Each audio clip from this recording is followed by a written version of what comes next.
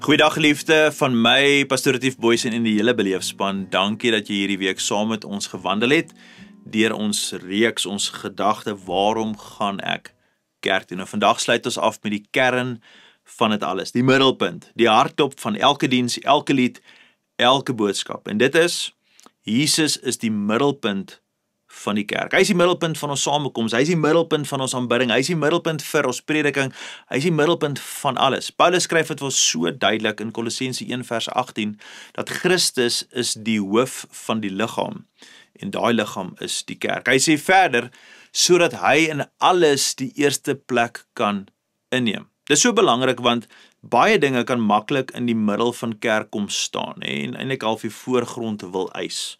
Dinge soos persoonlikheid, dinge soos prestasie, en baie keer godsdienstige tradisie.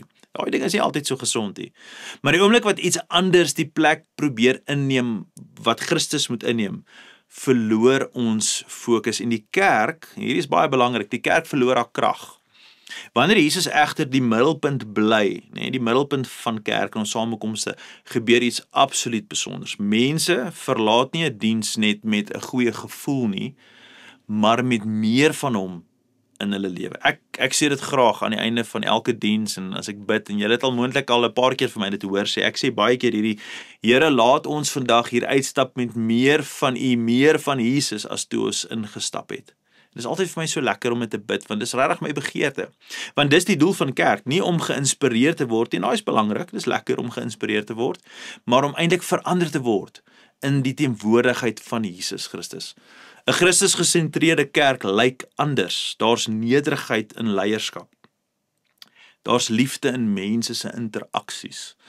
Daar's passie in aanbidding. Dis van die dinge wat uitstaan wanneer Christus die middelpunt is van kerk, en hier is net so belangrik, en jy moet regop sit vir hierdie, daar's genade vir elke fout wat gemaak word. Nie net in die kerk en die liturgiese uitdrukking nie, maar in mense se lewens, wanneer daar gefouteer word en mense sê, ek het hulp nodig. Ek moet met iemand praat, ek het nodig dat mense om my kom staan en vir my kom bid wanneer ek struikel en sukkel, maar ja, wanneer Christus in die middelpunt staan, word selfs gebroke mense, en dis die aard van, gebroke mense word weer heel, selfs moedeloses kry nuwe hoop, selfs gewone dienste, net 'n gewone diens word 'n heilige ontmoeting. Dan kan ek jou aanmoedig, moenie net kerk toe gaan vir wat jy kan kry nie, maar daai restaurant gesindheid wat ek vroeër in die week van gepraat het, gaan kerk toe om Jesus te ontmoet. Die een wat lewe gee, die een wat jou vergewe, die een wat jou roep om in sy lig en sy wêreld te wees. Geliefde, dit gaan nie oor my en jou nie, dit gaan oor God se storie, en daai storie deur Jesus Christus. Dis in sy wêreld wat hy ons wil innooi. Staan Christus werklik in die middel van jou lewe? Dis die vraag wat ek aan jou wil vra. En staan Christus in die middel van jou aanbidding? En wat sou verander? Geliefde, wat sou verander as hy regtig die eerste plek in alles in jou lewe inneem? Hoe gaan jou lewe lyk? Gaan radikaal anders te lyk. Wanneer Jesus die middelpunt bly, word kerk onstuitbaar. Met ander woorde, kerk kan nie gestop word nie. Dit word hierdie unstoppable force, waar sy beweeg in hierdie wêreld, en die wêreld omdop met God se genade en sy liefde. Nie omdat ons volmaak is nie, maar omdat ons vol van hom is. Dis wat kerk moet wees. Dis nie dat ek en jy moet hierdie volmaakte, perfekte wesens wees nie. Ons word getransformeer, want ons word gevul met meer van Jesus. So mag ons as 'n beleef gemeente, hier plaaslik, en almal wat aanlyn ons aanhang en sê ek is deel van beleef, en ek weet mense van Amerika en Europa en Namibië en julle almal wat inskakel, ek is so lief vir julle, maar mag ons as gemeente en as individue altyd sê, Here, laat ons alles doen, elke lied, elke gebed, elke diens vir U, deur U en tot U. Mag dit ons gebed wees, en mag jy vandag, soos elke Sondag, wat ons gereeld bid, wegstap met meer van Jesus, as toe jy ingestap het. Kom ons bid saam. Vader, vandag is ons so dankbaar vir U liefde, U teenwoordigheid in ons lewens. En my hartsbegeerte, Here, is dat ons, soos Paulus in Kolossense skryf, dat ons alles doen vir U, deur U en tot U.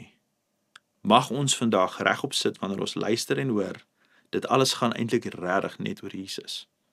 Hy is die middelpunt van die kerk, hy is die middelpunt van ons liturgie, hy is die middelpunt van ons aanbidding, hy is die middelpunt van ons prediking. Maar Here, hy is veronderstel, U is veronderstel om die middelpunt te wees van ons maandag, ons dinsdag, ons woensdag, ons donderdag, ons vrydag en ons saterdag, nie net op Sondag nie. En daarom vra ek Here dat wanneer ons Sondag by mekaar kom as gelowiges, dan is dit maar 'n uitdrukking van 'n oploop en 'n somtotaal van 'n maandag tot saterdag middelpunt Jesus aanbidding leefstyl. Dis wat ek begeer vandag om te vra dat U my so sal gebruik en my so sal vul en so elke persoon wat luister dat ons werklik Christus gesentreerde lewens sal lewe, want daar leer ons om te groei in liefde, daar leer ons om liefde uit te leef teenoor ander, daar leer ons hoe dit werklik anders te lyk. Hierdie wêreld is so onderste bo, so stik en so seer, so gebroke. Maar wanneer ons Christus gesentreerde lewens leef, dan bring ons genesingsolie, genesingsalf na 'n wêreld wat stikkend en gebroken is. En ek vra Here, mag ons so gebruik word. U wil ons so gebruik, maar mag ons so opstaan om diensbaar te wees in U teenwoordigheid. Dis my gebed in die mooi naam van Jesus. Amen en amen. Geliefdes, vir die wat nog hier saam met ons is. Ek weet baie mense klik af die oomblik wat ons begin bid.